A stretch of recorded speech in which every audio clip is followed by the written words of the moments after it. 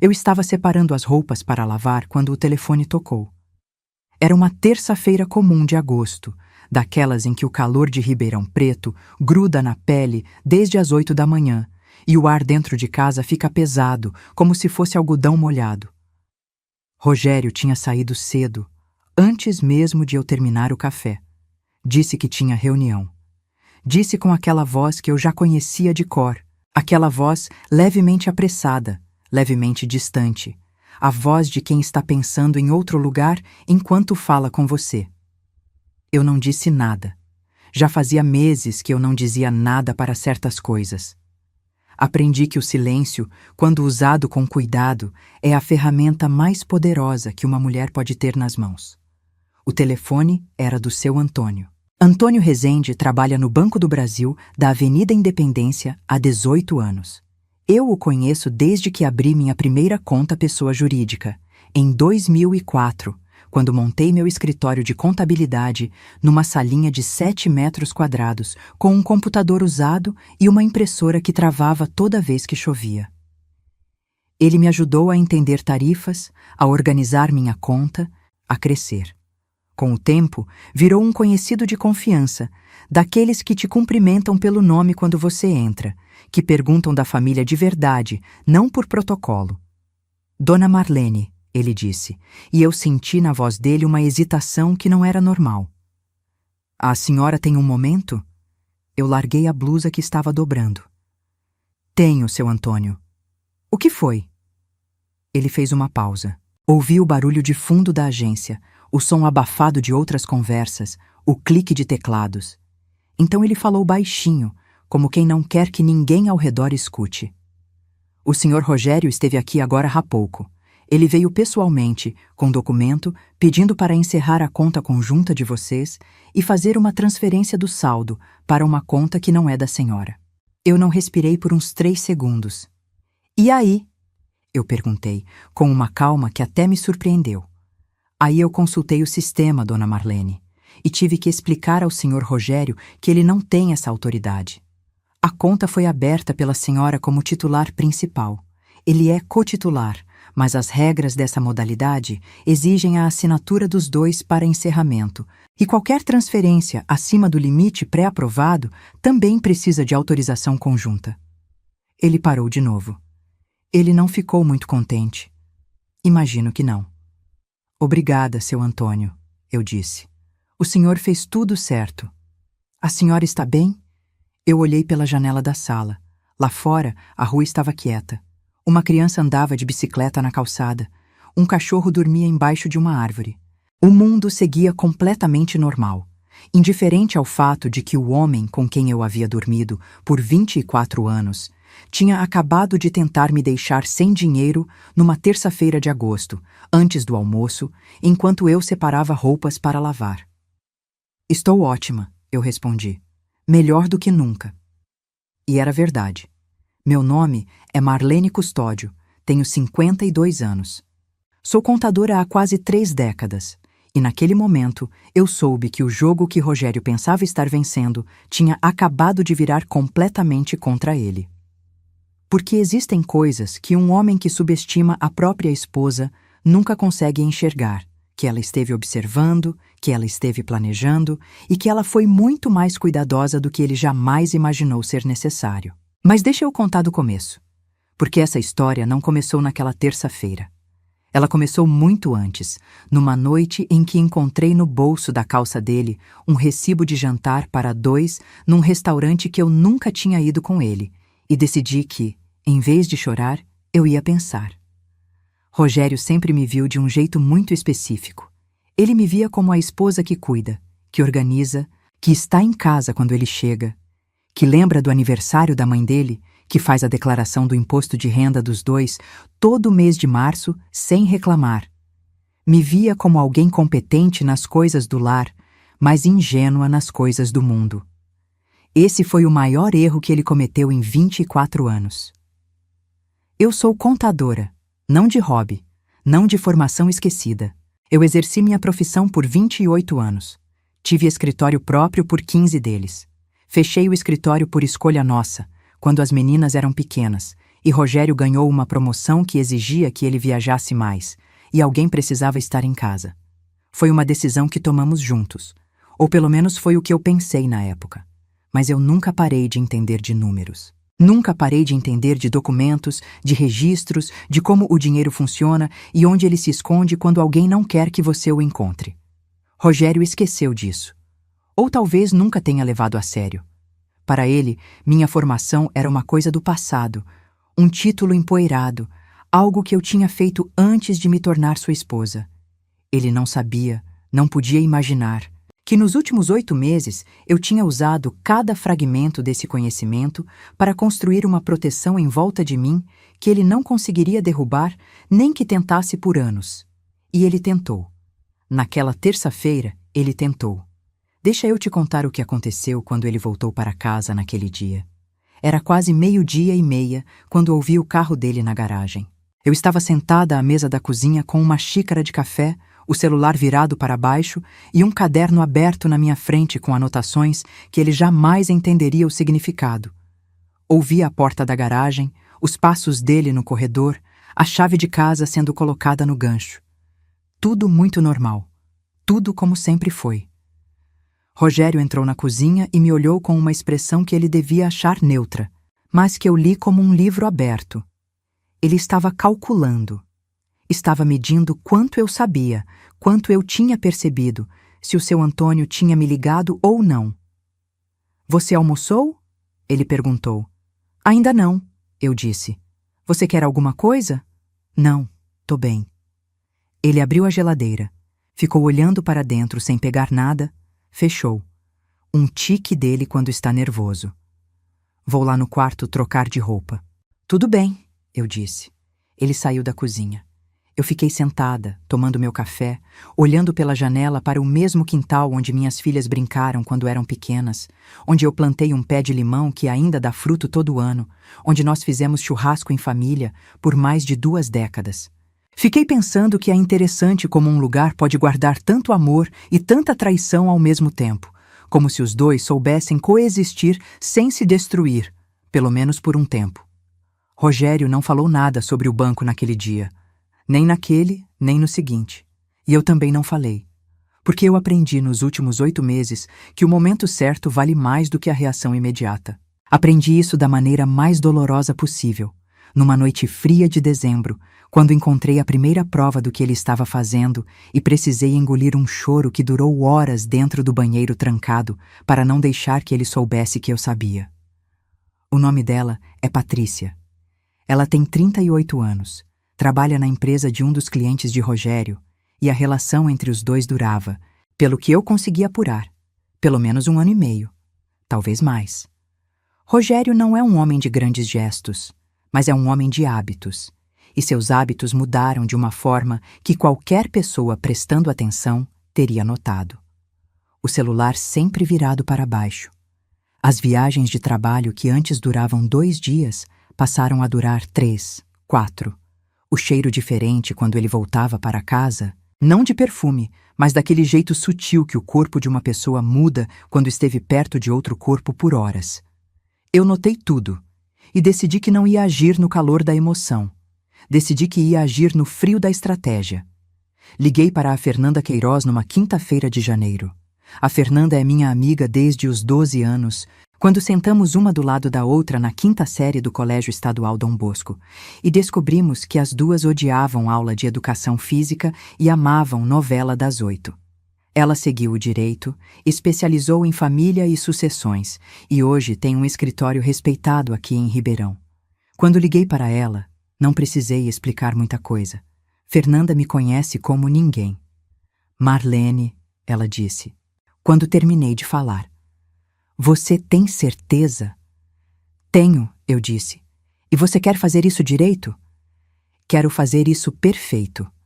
Ela respirou fundo. Então me escuta. Não mova uma vírgula ainda. Não faz nada que ele possa usar contra você.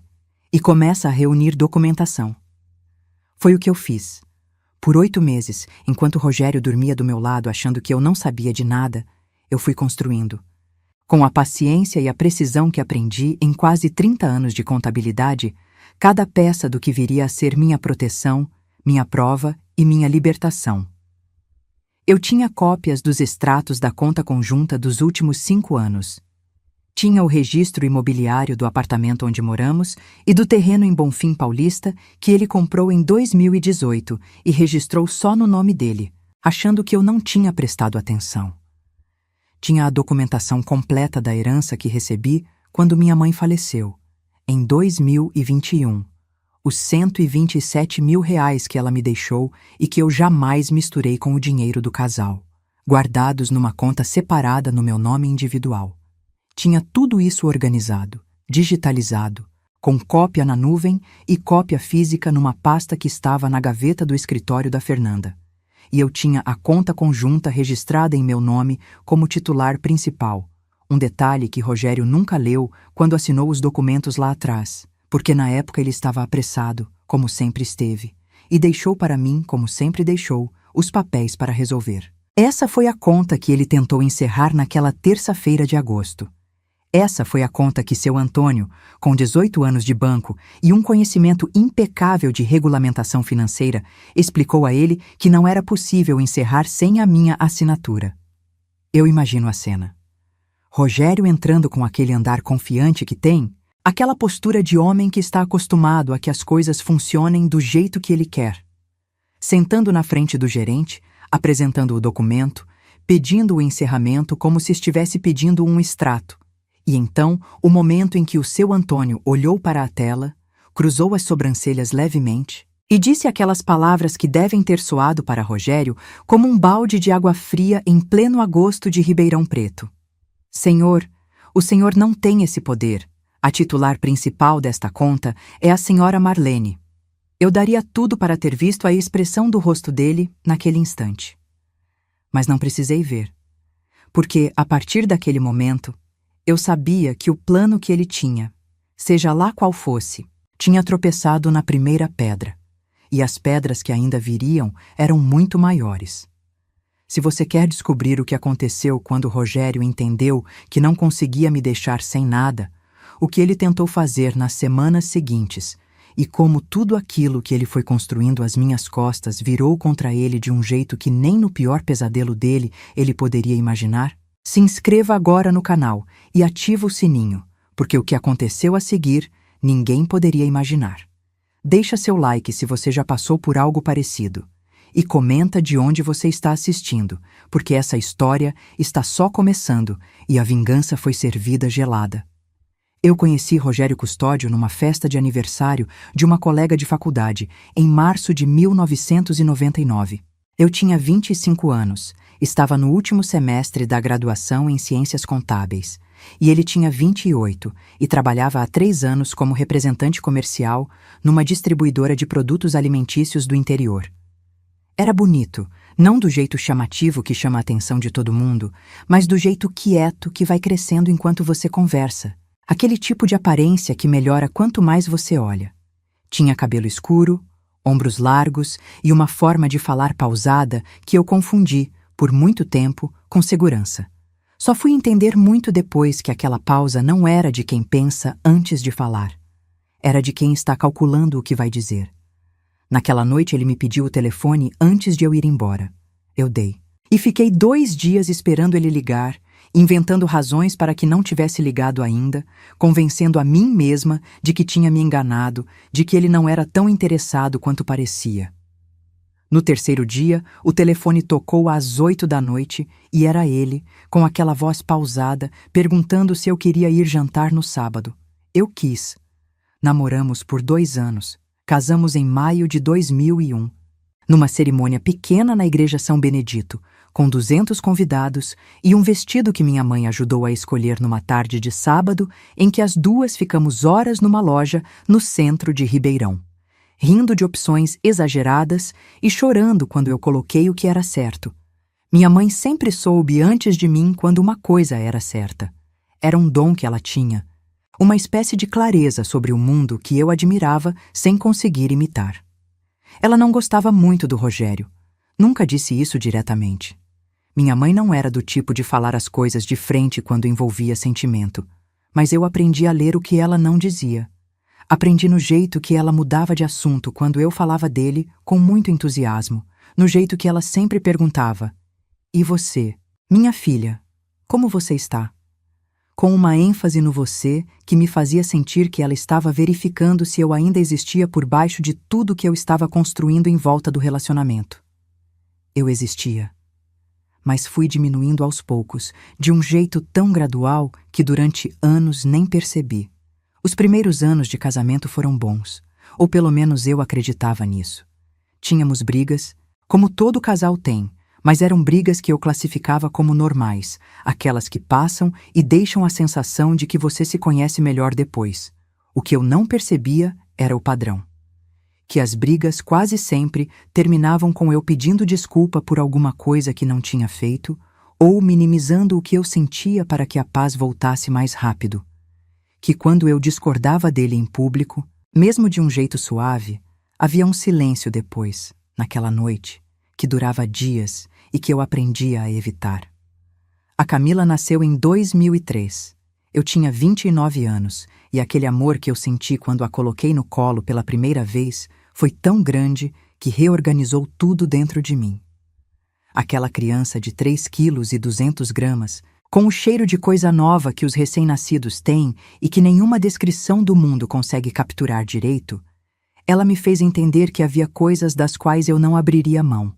Que havia uma versão de mim que existia antes de qualquer casamento, antes de qualquer concessão, e que essa versão precisava continuar existindo porque ela ia ensinar minha filha como ser. Mas foi também depois da Camila que comecei a me apagar nos lugares onde não devia. Rogério ganhou a promoção no ano seguinte. Passou a viajar para Barretos, para Franca, para São José do Rio Preto, às vezes para São Paulo. Ficava fora 2, 3 dias por semana. E em casa, quando estava, a lógica foi se ajustando de um jeito que eu deixei acontecer, porque estava cansada e porque achei que era temporário. Ele trabalhava muito, então ele descansava muito. Eu trabalhava muito, então eu continuava trabalhando, porque as coisas da casa não descansavam porque eu estava cansada. Não era uma divisão que tínhamos conversado. Aconteceu e eu deixei acontecer. A Bruna nasceu em 2005. Com 2 filhas pequenas e a carreira do Rogério em expansão, a conversa sobre o escritório surgiu de uma forma que, olhando para trás, entendo como cuidadosamente enquadrada. Não foi uma imposição. Foi uma sugestão que virou outra sugestão que virou uma conclusão. E quando percebi, já estava de acordo com algo que não tinha sido minha ideia. Que eu fecharia o escritório por um tempo, que ficaria com as meninas, que quando elas fossem maiores eu poderia retomar, se quisesse. Se quisesse. Fechei o escritório em 2006. Tinha 32 anos. Tinha construído aquele negócio do zero, tinha clientes fidelizados, tinha uma reputação que levei anos para construir. E eu fechei acreditando que era temporário, acreditando que quando as meninas fossem para a escola, eu voltaria, acreditando em uma promessa que nunca foi formalizada e que, portanto, podia ser diluída com o tempo até desaparecer. Ela desapareceu. Quando a Bruna foi para o maternal, tentei reabrir. Rogério não disse não, nunca disse não diretamente, mas havia sempre um mas. Mas o horário vai ser complicado. Mas quem vai buscar as meninas? Mas agora não é um bom momento porque estamos reformando a casa. Mas quando as coisas se estabilizarem. O mas foi se acumulando até eu parar de perguntar. E quando parei de perguntar, entendi que havia cedido alguma coisa que não voltaria. O que ficou foi o conhecimento. Os livros, os cursos que eu fazia online nas madrugadas quando as filhas dormiam, as atualizações que eu acompanhava porque a contabilidade estava nos meus ossos e eu não conseguia me distanciar dela mesmo quando não estava exercendo. O que ficou foi a cabeça. E a cabeça, 20 anos depois, foi o que me salvou. Mas entre o fechamento do escritório e aquele dezembro de 2023, muita coisa aconteceu dentro de mim de forma silenciosa. Fui me acostumando com um jeito de existir no casamento que hoje eu sei que não era existir de verdade. Era sobreviver educadamente. Era ter a casa linda e as filhas bem cuidadas, e os jantares no ponto certo, e as contas pagas, e os documentos organizados, e o imposto de renda enviado dentro do prazo. E ainda encontrar tempo para ouvir o Rogério falar sobre o trabalho por 40 minutos sem que ele perguntasse como eu tinha passado o dia. Fui me acostumando com a versão de mim que aparecia nas fotos de aniversário de casamento, sorrindo ao lado dele e me convencendo de que essa versão era suficiente. Quando minha mãe adoeceu, em 2020, eu entendi o que tinha perdido. Câncer de pâncreas. Diagnóstico em junho, morte em fevereiro do ano seguinte. 8 meses em que eu a acompanhei em cada consulta, em cada quimioterapia, em cada noite em que ela não conseguia dormir de dor e eu ficava do seu lado segurando a mão. Foram 8 meses em que voltei a ser só eu, sem o papel de esposa, sem o papel de mãe por algumas horas do dia. Só a filha que estava perdendo a única pessoa que sempre a viu inteira. Numa dessas noites, ela me olhou e disse uma coisa que ficou guardada em mim como uma semente esperando a hora certa de brotar. Disse: Marlene, você lembra de quem você era antes? Eu não soube responder. Ela fechou os olhos e ficou quieta. E eu fiquei com a pergunta me pesando no peito por meses, sem saber o que fazer com ela. Depois que ela foi, recebi a herança que ela me deixou. R$127 mil, fruto de uma vida inteira de economia de uma mulher que nunca ganhou muito, mas que nunca gastou à toa. Eu chorei quando o advogado me entregou o documento. Não de alegria, de responsabilidade. Senti que aquele dinheiro era ela me dizendo que eu precisava cuidar de mim. Abri uma conta só no meu nome no dia seguinte. Não comentei com Rogério. Não era obrigada a comentar, era minha herança, mas mesmo assim senti um fio de culpa que rapidamente identifiquei como condicionamento. Afinal, em 20 anos de casamento, eu tinha me acostumado a consultar, a explicar, a justificar. Desta vez não fiz nada disso. Deposita o dinheiro, guarda a caderneta, fecha a gaveta. Foi o primeiro ato de autopreservação que pratiquei naquele casamento. O segundo veio em dezembro de 2023, numa noite comum de quarta-feira. Rogério tinha chegado tarde, disse que a reunião tinha se estendido. Fui lavar a roupa que ele tinha deixado na beira da cama e no bolso da calça encontrei um recibo dobrado. Restaurante Terraço Gourmet, na zona sul da cidade. Data: aquela noite. Mesa para 2. Vinho reserva especial, entrada, prato principal, sobremesa. Conta de R$340. Não era o restaurante que me atingiu primeiro. Era o fato de que ele tinha vindo para casa com um recibo no bolso, o que significava que estava descuidado. E um homem que começa a ficar descuidado é um homem que está confiante demais no controle que tem sobre a situação. Fui para o banheiro. Fechei a porta. Sentei na borda da banheira e segurei aquele papel por um tempo que não sei dizer quanto durou. Chorei. Sim, claro que chorei. Eram 22 anos de casamento, 2 filhas criadas juntos, uma vida construída, e aquele papel de papel era a prova de que boa parte daquela construção tinha sido uma ilusão sustentada por mim enquanto ele construía outra coisa em outro lugar. Mas enquanto eu chorava, uma parte de mim que eu não sabia que existia estava acordando. Era a Marlene Custódio, que tinha aberto um escritório do zero aos 25 anos. A que tinha passado em concurso, a que sabia ler balanço patrimonial como outros leem jornal, a que conhecia cada artigo da legislação de direito de família que era relevante para a sua situação, porque tinha passado os últimos 2 meses pesquisando. Porque, no fundo, eu sabia há mais tempo do que admitiria para mim mesma, que alguma coisa estava errada. Quando saí do banheiro, Rogério já dormia. Eu fui até a cozinha. Aqueci uma caneca de leite, sentei à mesa e fiz uma lista. Não de mágoas, de ações. Na semana seguinte, liguei para a Fernanda. O que eu não sabia ainda, o que eu ia descobrir nos meses seguintes enquanto reunia a documentação com a paciência de quem é treinada para encontrar o que está escondido em números, era o tamanho do que ele tinha feito. Não era só a traição, era o projeto. Era um conjunto de movimentos que ele estava fazendo, provavelmente havia mais de 1 ano, para se posicionar financeiramente de um jeito que, quando chegasse a hora do divórcio, eu ficasse com o mínimo. O terreno em Bonfim Paulista, registrado só no nome dele, comprado com dinheiro que era dos dois. Uma conta em outro banco, que eu descobri através de um extrato que ele esqueceu na impressora, com um saldo que não aparecia em nenhum lugar das nossas finanças compartilhadas. Movimentações da conta conjunta nos últimos 18 meses, que, quando analisadas por alguém que sabe o que está olhando, revelavam um padrão consistente de redução estratégica do saldo. Ele estava me preparando para sair sem nada, ou com tão pouco que eu não conseguisse brigar. O que ele não calculou foi que eu tinha passado 8 meses fazendo exatamente o mesmo. Só que do meu lado, cada passo estava documentado. Cada documento estava com a Fernanda e cada movimentação que ele fez estava registrada com data, valor e assinatura. Quando Rogério entrou naquele banco numa terça-feira de agosto, achando que ia encerrar minha conta e esvaziar o que restava antes de me apresentar com os fatos consumados, ele não sabia que estava caminhando para dentro de uma armadilha que eu tinha construído com as próprias mãos ao longo de 8 meses de silêncio calculado. O seu Antônio ligou para mim 20 minutos depois que ele saiu da agência. E eu, sentada à mesa da cozinha com minha xícara de café, entendi que havia chegado a hora.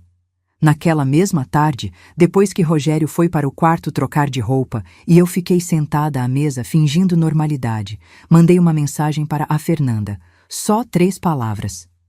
Ele se moveu. Ela respondeu em menos de 2 minutos. Escritório. Amanhã. 8 da manhã. Dormi naquela noite com uma estranha sensação que levei um tempo para identificar.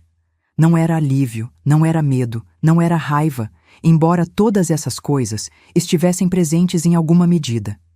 Era clareza. Aquela sensação específica de quando você passou muito tempo olhando para algo com os olhos semicerrados e de repente foca, e o contorno de tudo fica nítido de uma vez.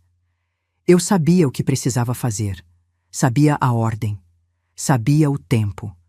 E sabia, acima de tudo, que cada passo que eu desse a partir dali precisava ser sólido como concreto, porque Rogério, quando entendesse o que estava acontecendo, ia procurar qualquer fresta para se defender. Não ia encontrar nenhuma. O escritório da Fernanda fica num sobrado na rua General Osório, a 10 minutos de casa.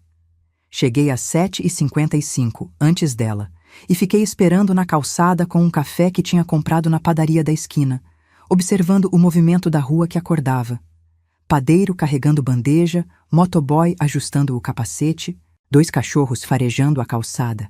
A vida completamente alheia ao fato de que eu estava prestes a iniciar o processo de desfazer 24 anos. A Fernanda chegou às 8 em ponto, com aquela pontualidade dela que sempre me pareceu uma forma de respeito. Ela me viu na calçada, abriu um sorriso que não era de felicidade, mas de solidariedade, e disse apenas: "Entra." Sentamos na sala de reunião, a mesma onde eu tinha sentado 8 meses antes quando liguei para ela pela primeira vez. A pasta com toda a minha documentação estava em cima da mesa, exatamente onde ela tinha ficado durante todos esses meses, esperando. A Fernanda abriu, passou as páginas com aquela rapidez de quem conhece cada folha de cor e então cruzou as mãos em cima da mesa e me olhou. "Então ele tentou a conta", ela disse. "Tentou. Isso é bom para nós, Marlene. Isso é movimento documentável. O seu Antônio vai assinar uma declaração se precisar?" "Já pedi, ele vai." Fernanda anotou alguma coisa no bloco dela. "O que mais você sabe que ele pode tentar?" Eu tinha pensado nisso durante a noite toda. Rogério não era um homem que parava na primeira tentativa frustrada. Era persistente, metódico, e quando um caminho fechava, ele procurava outro. Eu conhecia esses padrões depois de 24 anos. Sabia como ele pensava porque tinha convivido com o pensamento dele como quem convive com o clima de uma cidade, aprendendo a prever a chuva pelo cheiro do ar antes dela chegar. "Ele vai tentar os bens imóveis", eu disse. "O terreno de Bonfim Paulista está só no nome dele. Ele pode tentar movimentar isso antes que a gente entre com o divórcio." "Já estamos monitorando", Fernanda disse. "Qualquer registro de intenção de venda ou transferência, meu cartorário me avisa em 24 horas. Ela fez uma pausa. "E o apartamento?"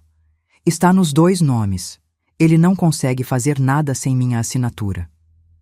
"Perfeito." Ela anotou mais alguma coisa. Marlene, eu preciso te perguntar uma coisa e preciso que você seja completamente franca comigo. Sempre fui. Você quer uma separação limpa e rápida ou você quer que ele sinta? Eu segurei a xícara de café com as duas mãos. Pensei na minha mãe na beira da cama do hospital. Pensei nas 8 meses de silêncio enquanto ele dormia ao meu lado, achando que eu não sabia. Pensei no recibo dobrado no bolso da calça, no terreno registrado às minhas costas, na conta no outro banco, em 30 anos de uma mulher que foi se apagando num casamento que não mereceu o que ela entregou. As duas coisas podem ser a mesma coisa? Eu perguntei. Fernanda sorriu. Desta vez era um sorriso diferente. Podem, ela disse, se a gente for cuidadosa. O plano que desenhamos naquela manhã levou 3 horas para ficar pronto. Cada etapa tinha uma sequência, cada sequência tinha um propósito, e o conjunto formava algo que eu só consigo descrever como arquitetura. Não era vingança no sentido impulsivo da palavra, não era destruição pela destruição, era justiça com estrutura. Era garantir que cada coisa que ele tinha feito tivesse uma consequência proporcional, documentada e irreversível. A primeira fase era a notificação extrajudicial. Fernanda preparou um documento formal, notificando Rogério de que eu tinha conhecimento da tentativa de encerramento indevido da conta conjunta, que isso configurava potencial desvio de patrimônio comum do casal e que qualquer movimentação financeira adicional unilateral seria interpretada como má-fé no processo que estava por vir. O documento citava artigos, jurisprudência e concluía com uma frase que eu li 3 vezes antes de assinar com testemunhas, que a requerente estava ciente de seus direitos e tinha documentação suficiente para exercê-los em sua totalidade. O documento foi entregue por oficial de justiça na quinta-feira seguinte, às 10 da manhã, no escritório da distribuidora onde Rogério trabalhava. Eu estava em casa quando o telefone dele tocou.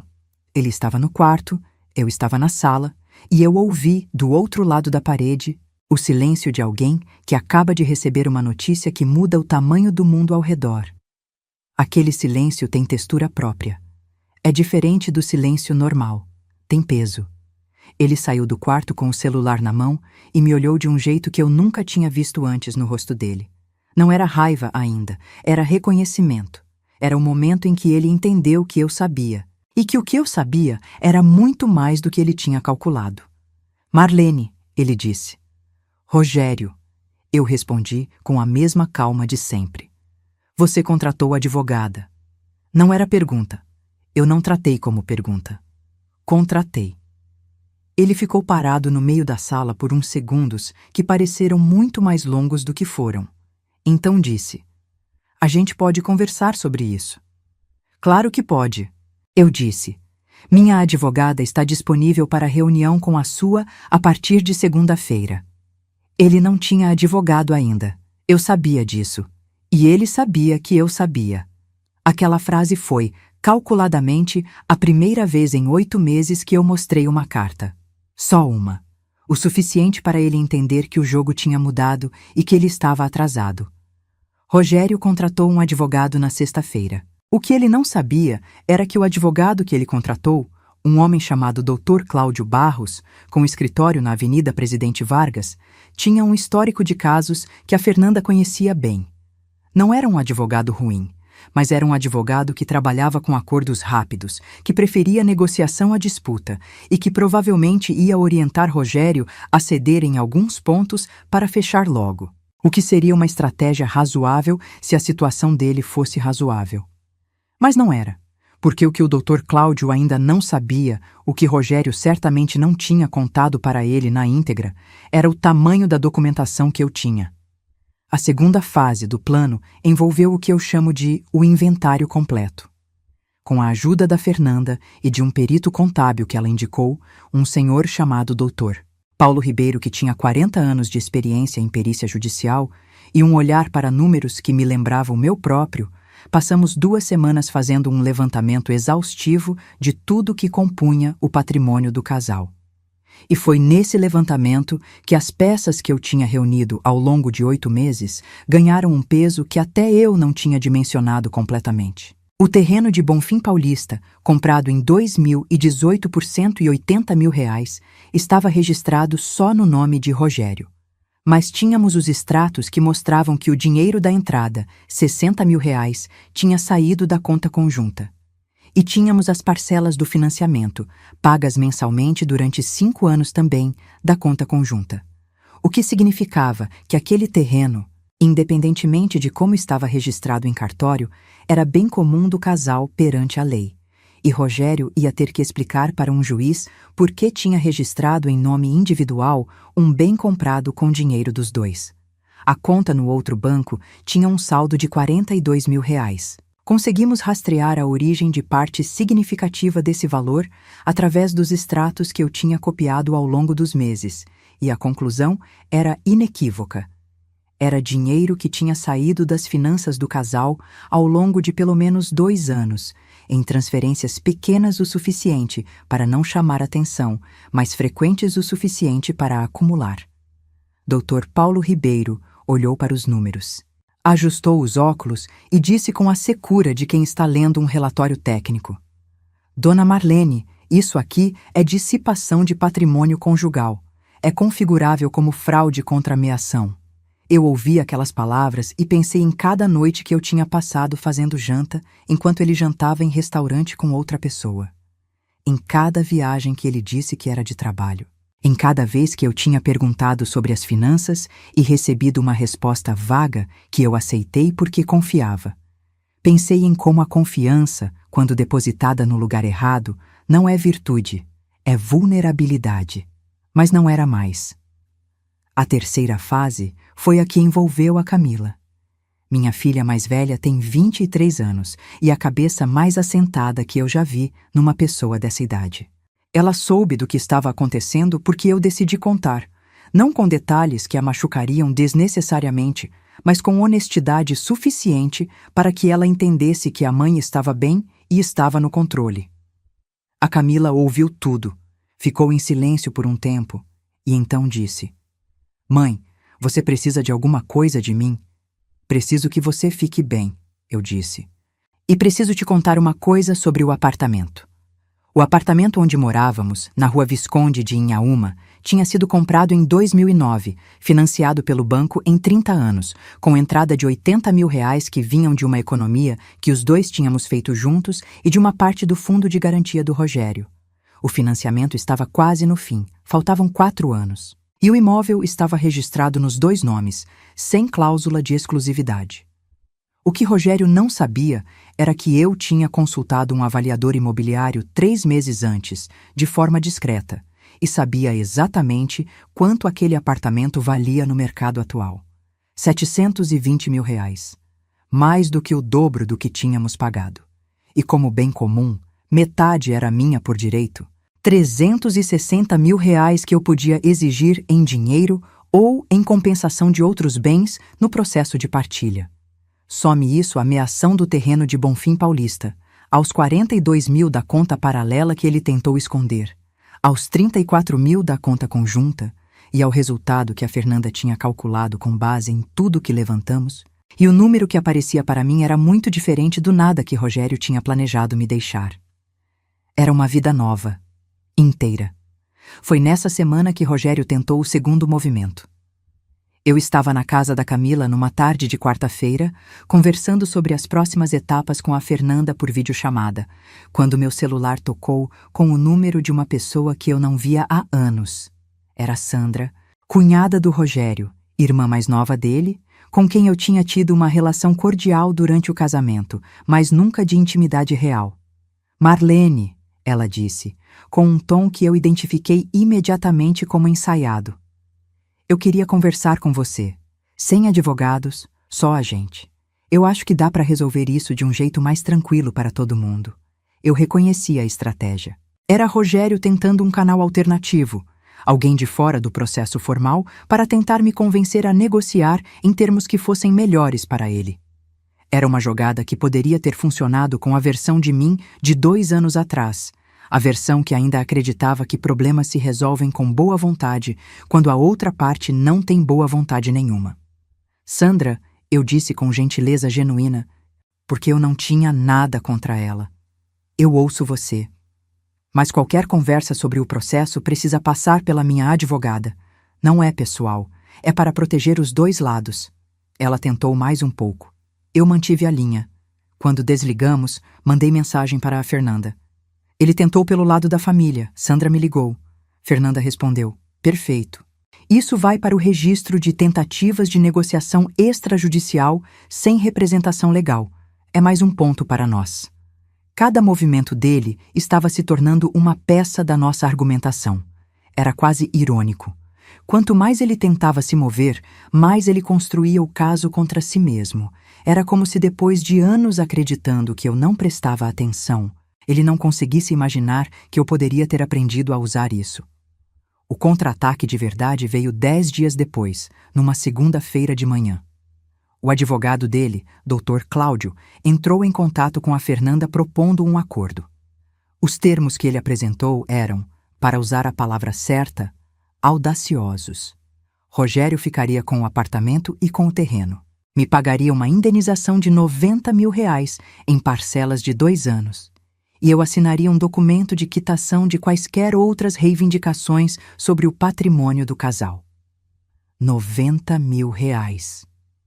Para 24 anos de casamento, 2 filhas criadas, uma carreira encerrada e um patrimônio conjunto que somava, conforme nossa perícia, mais de R$1.200.000 em bens e ativos. Fernanda me ligou para contar e eu ouvi a proposta com a mesma calma que tinha usado em todas as outras ocasiões. Quando ela terminou, fez uma pausa e disse: "O que você quer responder?" "Nada ainda", eu disse. "Deixa ele esperar uma semana." Marlene. Fernanda, ele esperou 2 anos para me preparar para sair sem nada. Eu posso esperar uma semana antes de mostrar o que tenho. Ela deu uma risada curta, o tipo de risada de quem reconhece uma estratégia quando ouve. "Uma semana", ela disse. Naquela semana, enquanto Rogério esperava uma resposta que não chegava, enquanto ele provavelmente ficava cada vez menos seguro sobre o terreno que pensava estar controlando, eu fiz uma coisa que não tinha relação direta com o processo jurídico, mas que era, talvez, a mais importante de tudo. Fui até o cemitério visitar minha mãe. Levei um vaso com flores amarelas, as preferidas dela. Sentei no banco de pedra perto do túmulo, naquela tarde de sol que esquentava as costas de um jeito quase carinhoso, e fiquei quieta por um tempo. Não rezei, não chorei, não falei em voz alta.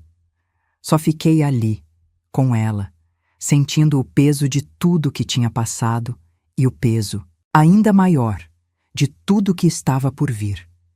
E pensei na pergunta que ela tinha me feito naquela noite no hospital. "Você lembra de quem você era antes?" Eu lembrava agora, mais do que lembrava. Estava me tornando ela de novo, essa versão que tinha ficado guardada debaixo de anos de concessão e silêncio, mais firme do que antes, porque tinha passado pelo fogo e saído do outro lado sem se desfazer. Na semana seguinte, a Fernanda enviou a resposta ao Dr. Cláudio. Não era uma contraproposta, era um documento de 43 páginas. O documento de 43 páginas que a Fernanda enviou ao Dr. Cláudio numa segunda-feira de manhã não era apenas uma resposta. Era uma demonstração. Era a diferença entre o que Rogério achava que eu tinha e o que eu realmente tinha, materializada em papel, organizada em seções, numerada, referenciada, com anexos que somavam mais 200 páginas de extratos, registros, avaliações e declarações. A Fernanda me contou depois que o Dr. Cláudio levou 2 dias para responder. 2 dias em que, presumivelmente, ele foi até o Rogério e fez perguntas que o Rogério não conseguiu responder de forma satisfatória. Perguntas sobre o terreno, sobre a conta no outro banco, sobre as transferências, sobre a origem do dinheiro da entrada do financiamento, sobre 24 anos de um casamento que, visto de fora e pelos números, contava uma história muito diferente da que Rogério tinha apresentado ao seu advogado. Quando o Dr. Cláudio respondeu na quarta-feira, o tom tinha mudado completamente. A proposta dos 90 mil tinha desaparecido. No lugar, havia um pedido de reunião entre os dois escritórios para, nas palavras dele, explorar possibilidades de acordo que sejam justas para ambas as partes. Justas para ambas as partes. Eu li essa frase e pensei em quantas vezes, ao longo de 24 anos, aquele princípio tinha sido aplicado ao meu casamento. Pensei em quantas decisões tinham sido tomadas com esse critério de verdade e quantas tinham sido tomadas com o critério de que o que era bom para Rogério era bom o suficiente para os dois. A resposta era uma contagem que eu preferia não fazer porque os números seriam dolorosos demais. Mas agora, o critério era meu. E eu sabia o que era justo. A reunião aconteceu numa quinta-feira, no escritório da Fernanda. Chegamos eu e ela às 8h45. O Dr. Cláudio e Rogério chegaram às 9 em ponto. Rogério entrou na sala de reunião e me olhou de um jeito que eu só consigo descrever como se ele estivesse me vendo pela primeira vez, não com afeto, mas com uma espécie de reconhecimento tardio, como quem olha para um objeto que tinha na prateleira há anos e de repente percebe o que ele realmente é. Eu o olhei de volta com a serenidade que tinha praticado por meses. Sentamos dos lados opostos da mesa. A Fernanda abriu a pasta. O Dr. Cláudio abriu a dele. E então começou a reunião que eu tinha imaginado, de formas diferentes, por 8 meses. O Dr. Cláudio falou primeiro, com aquele tom de quem tenta estabelecer um terreno neutro antes de qualquer coisa. Disse que seu cliente reconhecia que havia espaço para uma conversa mais ampla do que a proposta inicial sugeria. Disse que estavam dispostos a considerar uma divisão mais equilibrada dos bens. Disse a palavra equilibrada como se fosse uma concessão generosa. A Fernanda ouviu tudo sem interromper. Quando ele terminou, ela abriu o documento de 43 páginas na primeira sessão e colocou em cima da mesa. Dr. Cláudio, ela disse, com aquela calma dela que é mais cortante do que qualquer tom elevado. Vou ser direta para economizarmos tempo de todos. Minha cliente tem documentação que demonstra, com evidência pericial, 3 situações específicas que vão determinar o curso desse processo. Ela levantou um dedo. Primeiro, o terreno de Bonfim Paulista, registrado unilateralmente em nome do seu cliente, foi adquirido com recursos comprovadamente oriundos do patrimônio conjugal. Temos extratos, temos o histórico de pagamento das parcelas, temos a avaliação atual do imóvel. Esse bem é meação. Segundo dedo. Segundo, a conta no Banco Safra, aberta em nome individual do seu cliente, apresenta depósitos regulares ao longo de 26 meses, cujos valores e datas correspondem a saques e transferências identificáveis na conta conjunta do casal. O perito contábil que contratamos está disponível para depor sobre isso. Isso pode configurar dissipação dolosa de patrimônio conjugal, o que tem implicações que vão além da partilha. Terceiro dedo. Terceiro, a tentativa de encerramento indevido da conta conjunta no último dia 23 de agosto, realizada sem o conhecimento ou consentimento da minha cliente, está documentada com declaração do gerente responsável pela agência e será apresentada como evidência de má-fé processual. Ela fechou a pasta. Com base nisso, a posição da minha cliente não é de negociação, é de apresentação de termos. O silêncio que se seguiu durou talvez 10 segundos. Mas foi o tipo de silêncio que ocupa o espaço de 1 hora. Eu olhei para Rogério durante aquele silêncio. Vi o momento exato em que ele entendeu. Não foi dramático, não foi um colapso, não foi nada parecido com o que eu tinha imaginado naquelas noites em que ficava acordada construindo essa cena na cabeça. Foi sutil. Foi um leve afundamento dos ombros, um piscar que durou 1 segundo a mais que o normal. Uma mudança microscópica na postura que 24 anos de convivência me ensinaram a ler como derrota. Ele sabia. Sabia que eu tinha tudo. Sabia que eu tinha construído aquilo metodicamente, que cada documento tinha sido reunido com propósito, que não havia brecha porque eu sou contadora e sei onde as brechas se escondem e como fechá-las.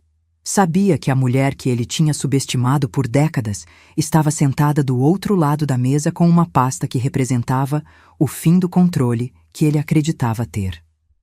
O Dr. Cláudio pediu uma pausa. Saíram os dois para o corredor. Eu e a Fernanda ficamos na sala. Ela me olhou com aquela expressão neutra que é a marca registrada dela em situações de tensão, e eu fiz um pequeno gesto de cabeça que não precisava de tradução.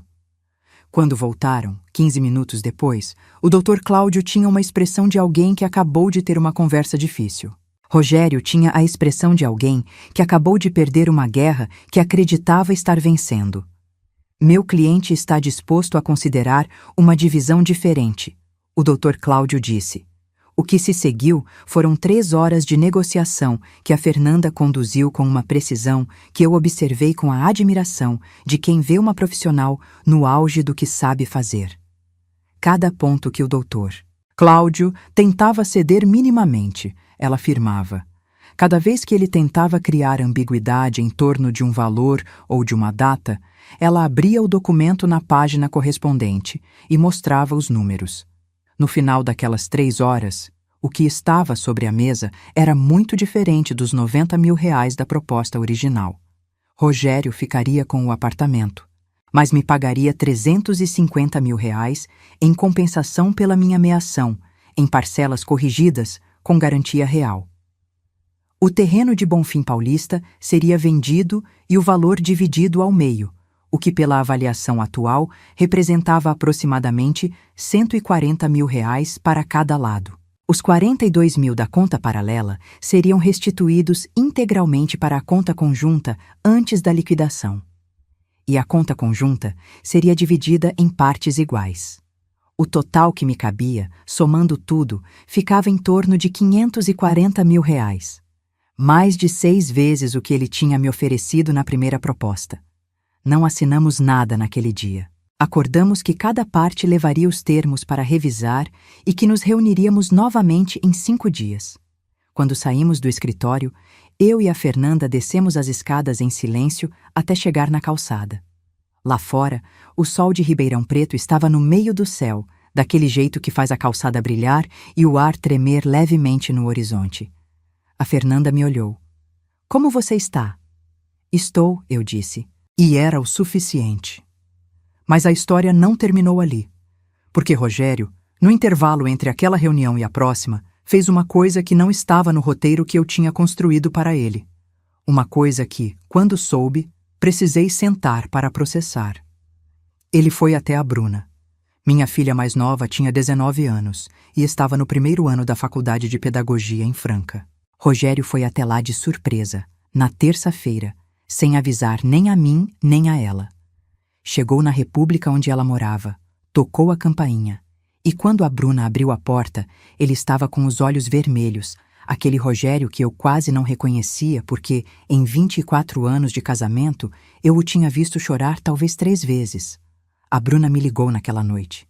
Eu ouvi a voz dela e soube imediatamente que ela tinha sido abalada. Ela é mais sensível que a Camila, sempre foi. Sente as coisas de um jeito que vai para dentro e demora para sair. Isso não é fraqueza, é quem ela é, e eu sempre amei isso nela. Mas naquele momento eu sabia que Rogério tinha usado exatamente isso. "Mãe", ela disse, "pai foi aqui hoje." "Eu sei, meu amor. Como você está?" Ele estava chorando. Uma pausa. "Ele disse que você está sendo injusta com ele, que a advogada está exagerando os valores, que ele vai ficar sem nada." Eu respirei fundo, não de raiva, de cuidado, porque o que eu falasse naquele momento ia ficar com minha filha por muito tempo, ia moldar como ela via essa história, e eu precisava de honestidade sem crueldade, de verdade sem devastação. "Bruna", eu disse, "eu quero te perguntar uma coisa. Você confia em mim?" "Mãe, claro. Então, eu preciso que você confie em mim quando eu digo que estou pedindo apenas o que é justo. Não mais do que isso. Só o que é justo." Fiz uma pausa. "O que o seu pai está sentindo é real. Ele está com medo das consequências de escolhas que ele fez. Mas as consequências não são minha criação. São dele." A Bruna ficou quieta por um momento. Então disse, "Ele foi até mim porque sabia que eu sentiria pena."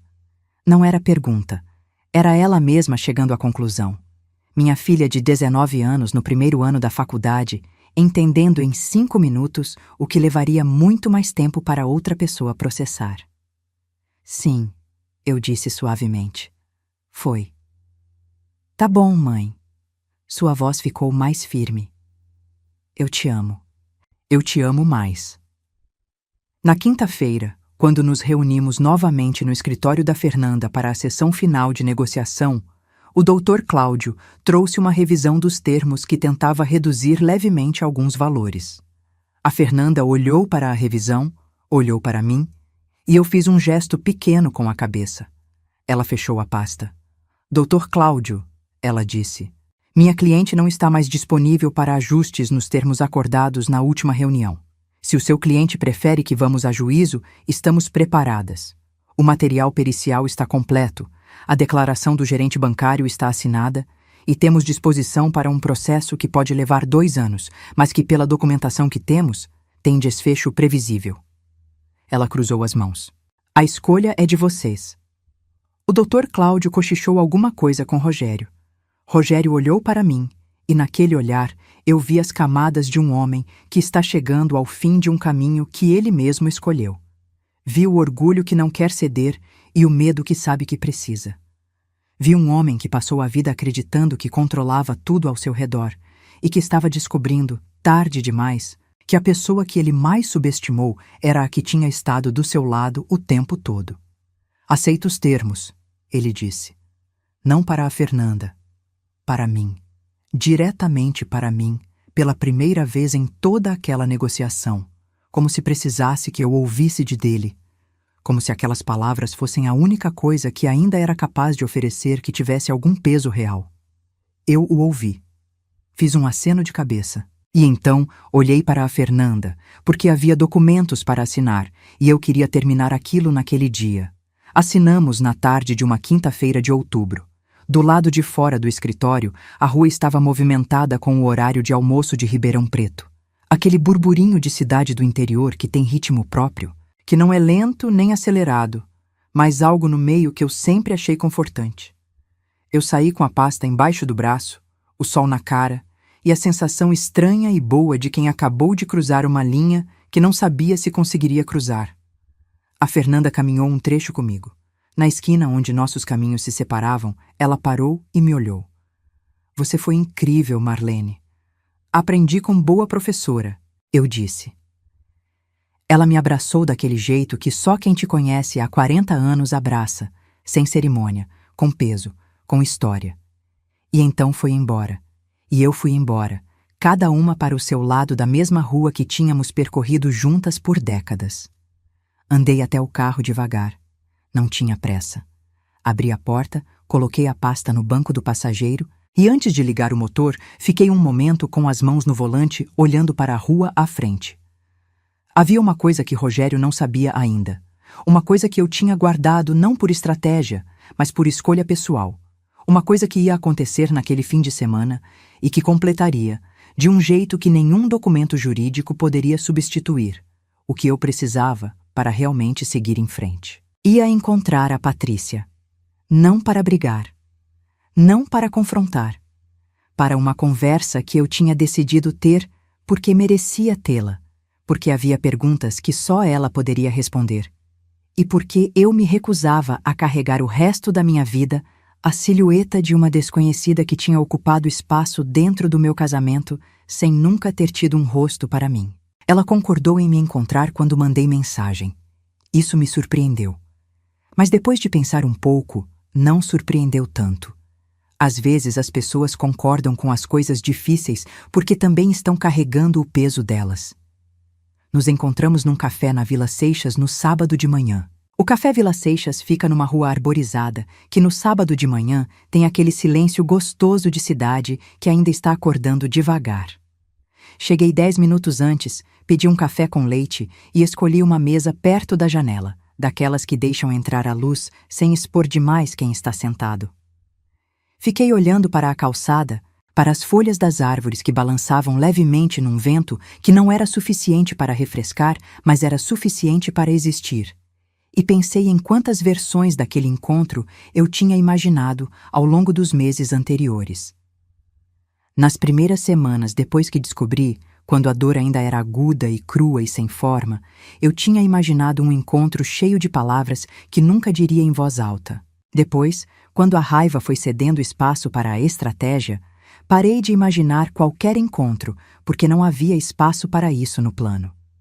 E agora, do outro lado de tudo, com os documentos assinados e o processo encaminhado, o encontro que eu queria ter era diferente de todos os que tinha imaginado antes.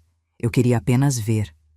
Patrícia chegou às 10:02. Era uma mulher de estatura média, cabelo castanho na altura dos ombros, roupa simples, expressão de quem dormiu pouco. Ela me viu antes de eu levantar e por um segundo ficou parada na entrada do café com aquela hesitação de quem sabe que está prestes a fazer uma coisa que não tem como desfazer depois. Então, caminhou até a mesa e sentou. Marlene, ela disse. Patrícia, eu disse. O garçom veio, ela pediu um chá. Ficamos as duas em silêncio por um momento, que não foi desconfortável da forma que eu esperava. Era o silêncio de duas pessoas que compartilham uma situação que nenhuma das duas escolheu completamente e que sabem que o que vem a seguir precisa ser dito com cuidado. Você não precisava me encontrar, ela disse primeiro. Não precisava, concordei, mas queria. Ela olhou para as mãos. As dela eram menores que as minhas, com as unhas curtas e sem esmalte. Eu sei que não tem nada que eu possa dizer que mude o que aconteceu. Não tem, eu disse. Não é isso que eu vim buscar. Ela me olhou então, de verdade, e eu vi naquele olhar algo que não esperava ver. Cansaço. Não culpa performática, não defesa, não a postura de quem está se preparando para um ataque.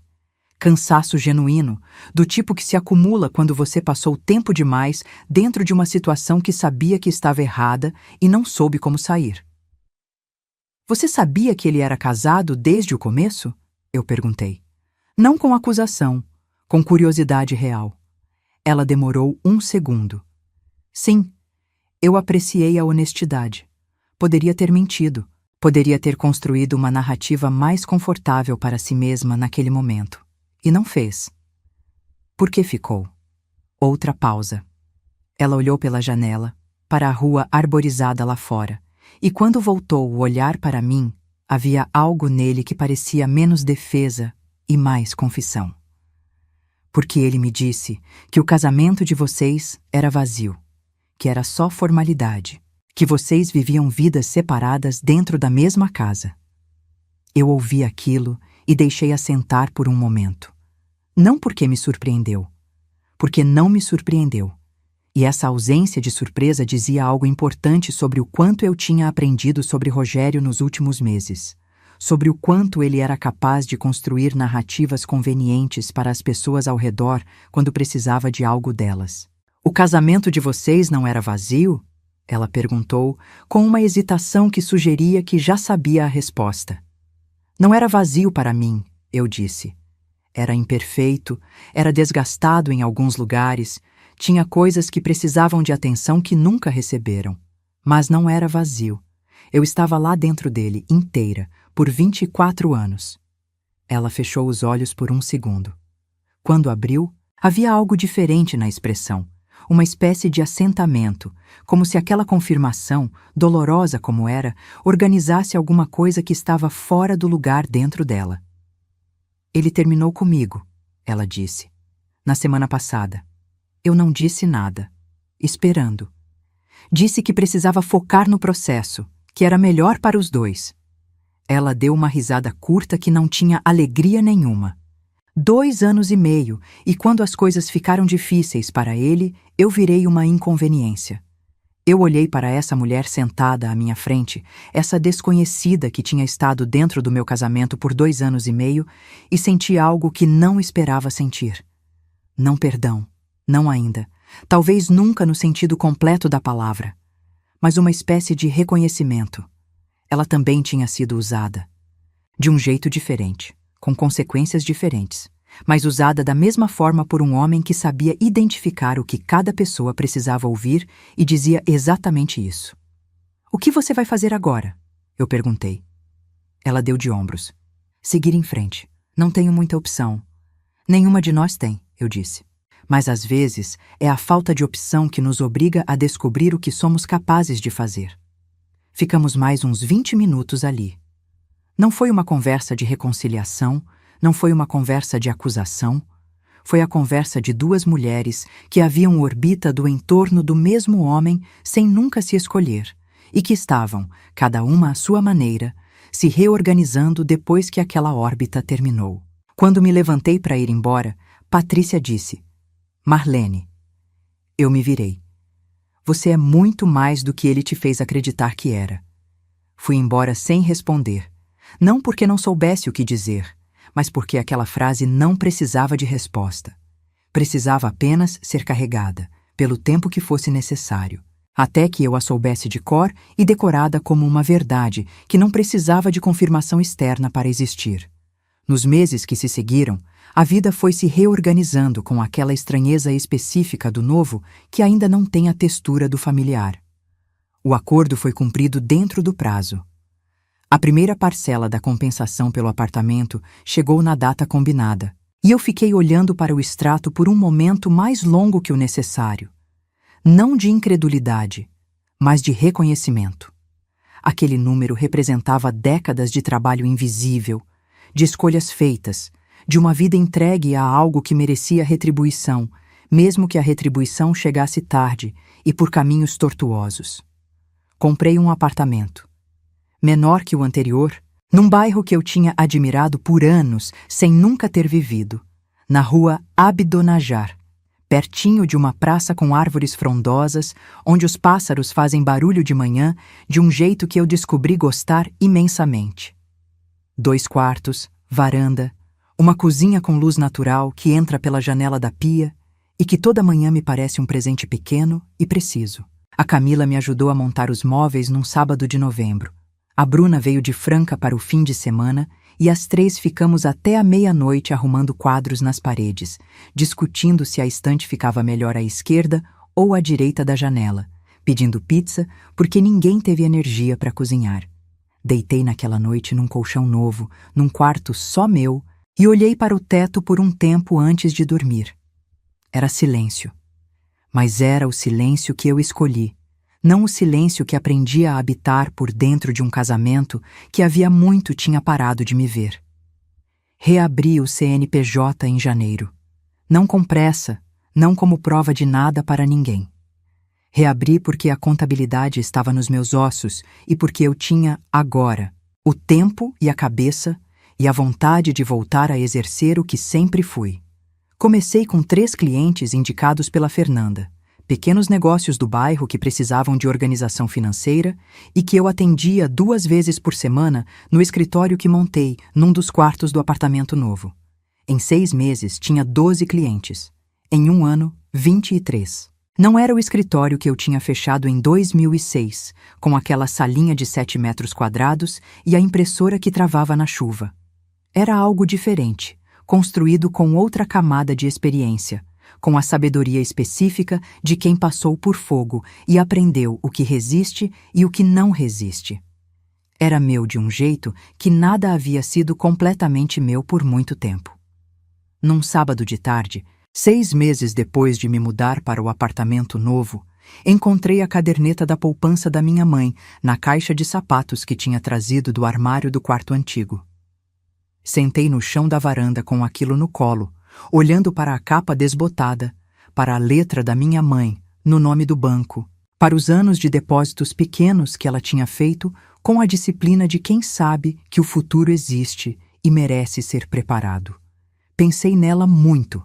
Pensei na pergunta que ela me fez naquela noite no hospital. Você lembra de quem você era antes? E pela primeira vez desde que ela morreu, consegui responder não com tristeza, mas com algo que se aproximava de gratidão. Eu lembrava. E estava voltando a ser essa pessoa, não a mesma de antes, porque o fogo muda o que passa por ele, mas uma versão que guardava o melhor do que eu tinha sido e adicionava o que aprendi. Guardo a caderneta dela na gaveta de cima da minha escrivaninha, do lado do bloco de notas onde escrevo os clientes novos. Não por superstição, não como ritual, mas porque toda vez que abro aquela gaveta e vejo a capa desbotada, Lembro que ela trabalhou a vida inteira para me deixar algo, e que o maior presente que ela me deu não foram os 127 mil reais. Foi o exemplo de uma mulher que nunca deixou de se pertencer. Rogério foi morar num apartamento alugado na Zona Leste. Ouço isso através das filhas, que mantêm contato com ele porque são filhas dele e porque eu nunca quis que minha história com ele contaminasse a história delas com o pai. Soube que ele está namorando uma mulher que conheceu depois de tudo, não a Patrícia, alguém novo.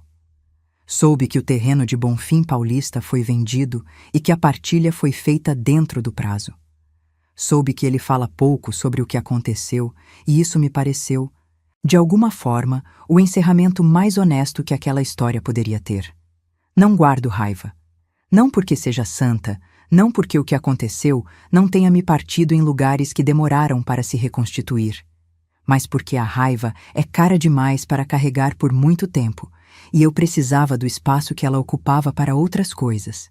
Para o escritório novo, para as manhãs com os pássaros da praça, para as ligações com a Bruna na República em Franca, para os almoços de domingo com a Camila, que virou hábito sagrado desde a separação. Para mim. Aprendi nesse processo todo algumas coisas que não aprendi em nenhum livro de contabilidade nem em nenhuma sala de aula. Aprendi que subestimar alguém por achar que você a conhece é o erro mais caro que existe. Aprendi que o silêncio de uma mulher que está pensando é completamente diferente do silêncio de uma mulher que não está prestando atenção. E que confundir os dois é perigoso. Aprendi que dignidade não é o que você exige quando as coisas estão boas. É o que você protege quando as coisas estão difíceis. E aprendi, acima de tudo, que recomeçar não é perda. Recomeçar é o ato mais corajoso que existe, porque implica abrir mão da segurança do que já foi para construir o que ainda não tem forma. Implica confiar em si mesma quando não há nenhuma outra garantia disponível. Implica acordar numa segunda-feira de manhã, num apartamento que cheira a tinta nova, ouvir os pássaros pela janela aberta e escolher ativamente começar. Eu escolho todo dia. Às vezes é fácil, às vezes ainda não é. Há noites em que o peso do que foi aparece de formas inesperadas, numa música, num cheiro, num momento em que as filhas falam algo que me lembra de quando eram pequenas e a família ainda era inteira de outro jeito. Nesses momentos, eu não finjo que está tudo bem. Eu sinto o que precisa ser sentido, com a honestidade que aprendi a ter comigo mesma e então sigo. Porque seguir não é esquecer. É carregar o que ficou e caminhar mesmo assim. E se você chegou até aqui, se ouviu tudo isso, se em algum momento dessa história você reconheceu algo de si mesma, quero te dizer uma coisa antes de terminar. O que aconteceu com você não define o que você é capaz de construir depois. A traição de alguém diz tudo sobre quem traiu e nada sobre o seu valor. E o momento em que você decide que não vai mais aceitar menos do que merece, seja ele qual for, seja hoje, seja amanhã, seja daqui a um ano, esse momento é o começo de uma história que só você pode contar. Você lembra de quem você era antes? Lembre. E volte a ser essa pessoa, com tudo que o tempo acrescentou, com tudo que o fogo não conseguiu destruir, com toda a força que você acumulou, sem perceber nos anos em que ficou quieta. Ela está esperando por você. Se essa história tocou seu coração, se você se identificou em algum momento dessa jornada, deixe seu comentário aqui embaixo contando de onde você está assistindo e o que mais tocou você. Compartilhe esse vídeo com aquela amiga, prima, vizinha que precisa ouvir essa mensagem. Que dignidade não se negocia, que amor próprio vem primeiro e que nunca é tarde para recomeçar. Deixa seu like, se inscreve no canal e ativa o sininho para não perder as próximas histórias. Porque aqui a gente não conta histórias vazias. A gente conta histórias que transformam, que curam, que lembram você de quem você realmente é. Uma mulher forte, capaz e merecedora de todo o amor do mundo. Um abraço apertado no seu coração e lembre-se, você é mais forte do que imagina. Até a próxima.